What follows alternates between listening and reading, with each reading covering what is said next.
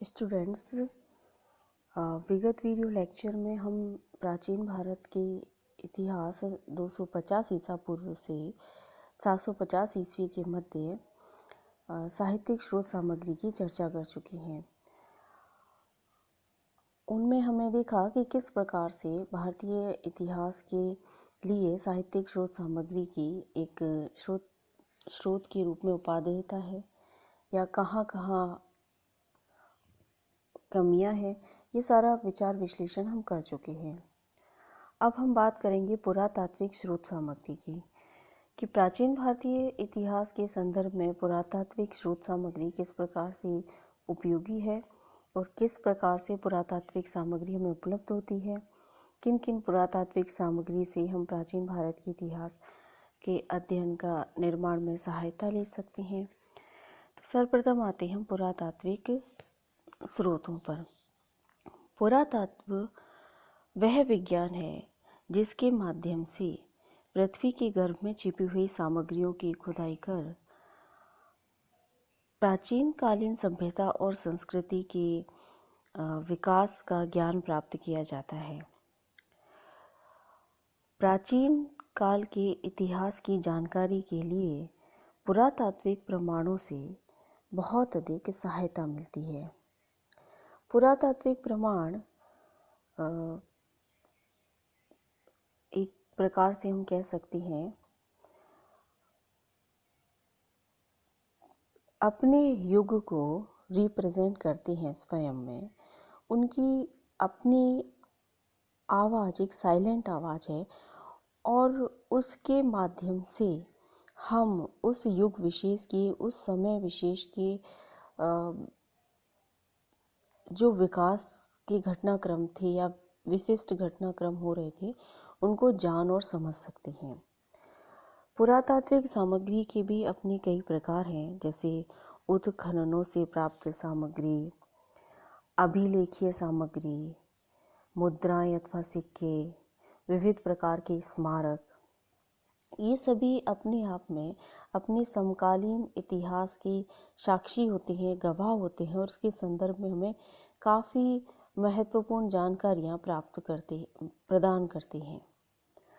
तो इस दृष्टिकोण से देखा जाए तो पुरातात्विक सामग्री प्राचीन भारतीय इतिहास के निर्माण की प्रमुख स्रोत सामग्री साबित होती है।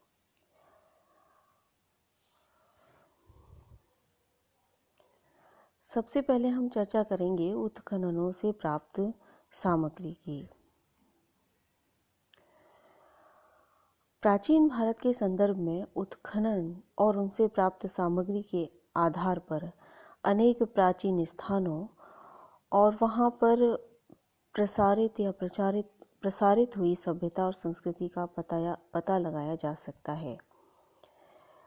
19वीं शताब्दी में भारत में अनेक उत्खनन हुए, जिससे अनेक भारतीय प्रागैतिहासिक और ऐतिहासिक काल के स्थलों, उनकी सभ्यता और संस्कृति के विषय में हमें जानकारी प्राप्त हुई।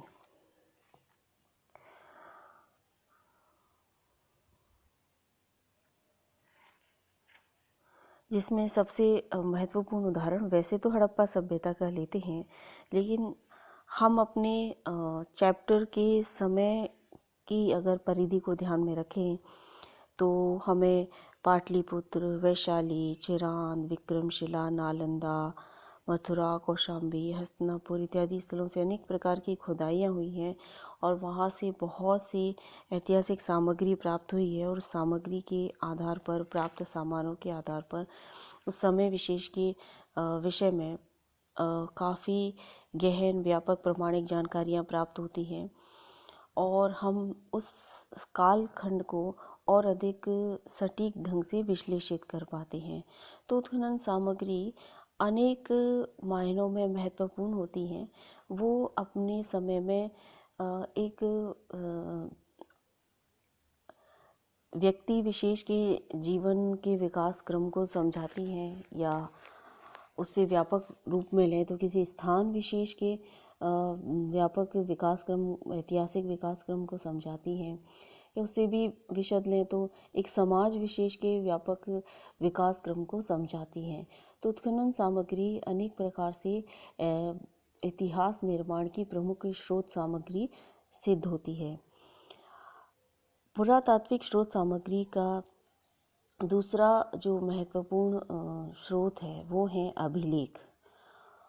जिस कालखंड की हम बात कर रहे हैं वहाँ अभिलेखीय सामग्री अत्यधिक महत्वपूर्ण हो जाती है, क्योंकि अभिलेख पुरातात्विक स्रोत सामग्री होने के साथ साथ अभिलेखों से हमें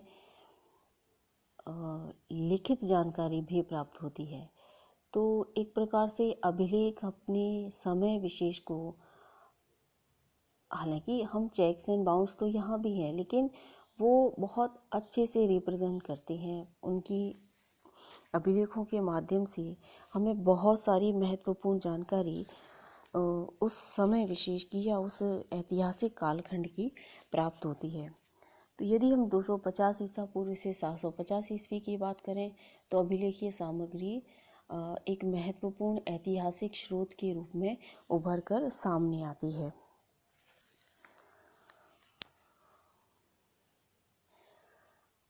अभिलेख बेसिकली पाषाण शिलाओं पर, स्तंभों पर, ताम्रपत्रों, दीवारों, मुद्राओं, प्रतिमाओं आदि पर उल्लिखित किए गए हैं या उनमें खोद कर उनको स्थापित किया गया है।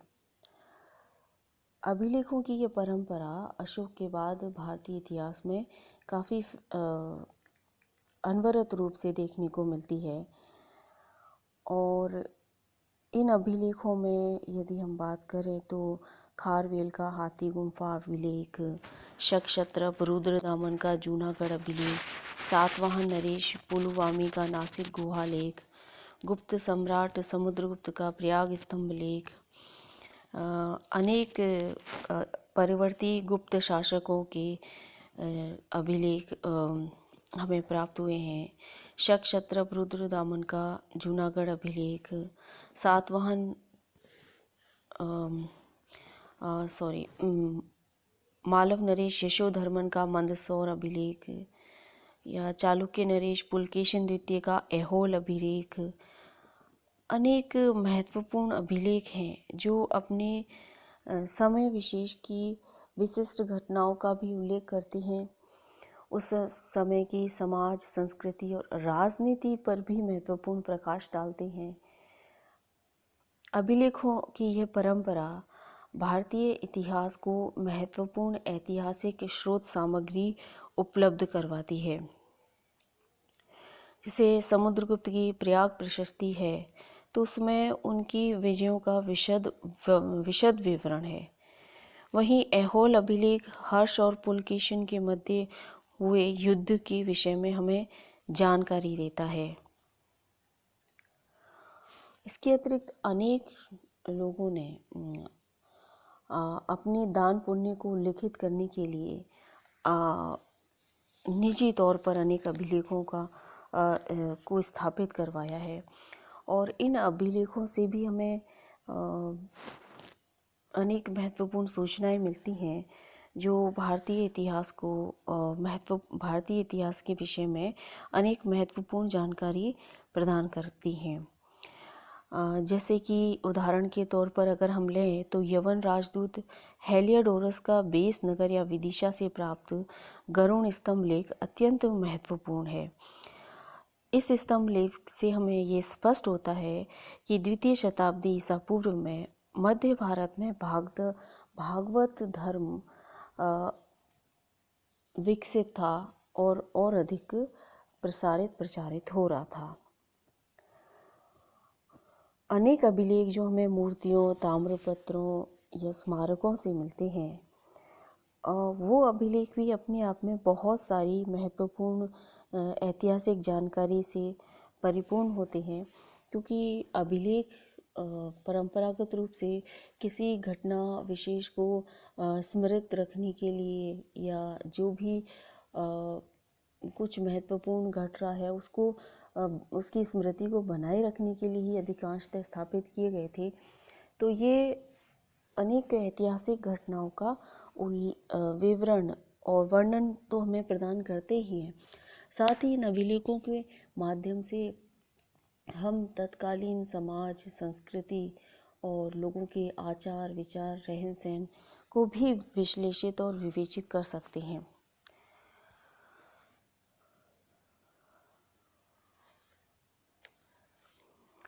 जैसे कि मध्य प्रदेश के एरन से प्राप्त वराह प्रतिमा पर हुणराज तोरमाण का लेख अंकित है, जिससे उनके विषय में अनेक सूचनाएं मिलती हैं।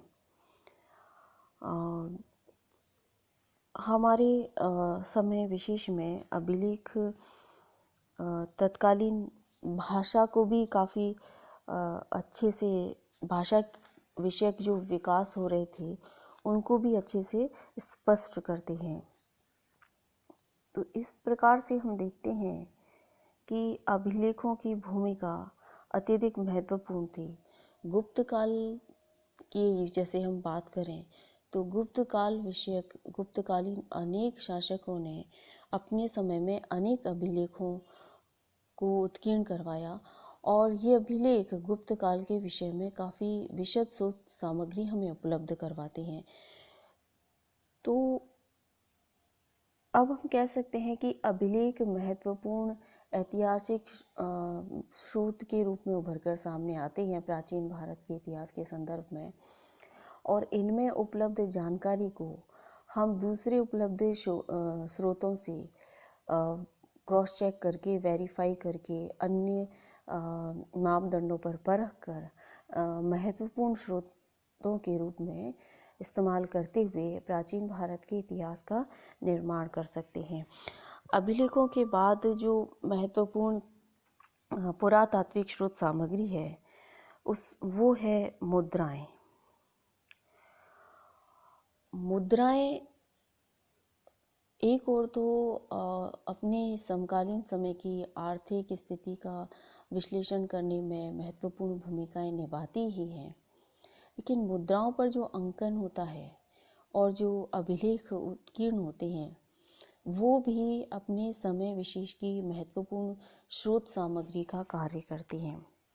मुद्राएं हमें अनेक प्रकार की जानकारी देती हैं।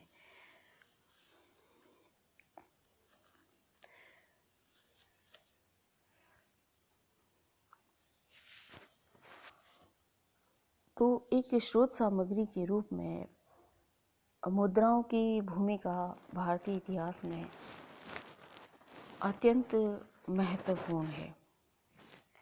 जैसे गुप्तकालीन शासकों की मुद्राओं से उनकी अनेक व्यक्तिगत उपलब्धियों का या व्यक्तिगत रुचि अभिरुचियों की जानकारी हमें प्राप्त